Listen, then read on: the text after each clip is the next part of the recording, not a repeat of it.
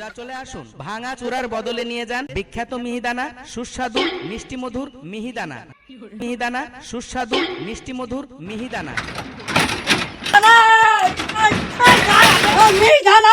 হ্যাঁ বান্ধবী বলো, অবস্থা ঠিক আছে? আর ওই যারা মরে গেছে তারা বাদ।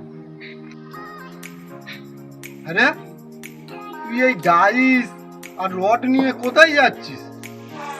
বাবু আমি একটু নিচে যাব মুহূর্তে। তার গাড়ি লক্ষ্য করে সোজা চলে আসুন, ভাঙা চূড়ার বদলে নিয়ে যান বিখ্যাত মিহিদানা, ওরে সুস্বাদু। শালা, তুই ওই ডাইস আর রড বিক্রি করে মিহিদানা খেতে যাচ্ছিস? আমি ভেবেছি শালা তুই মরতে যাচ্ছিস।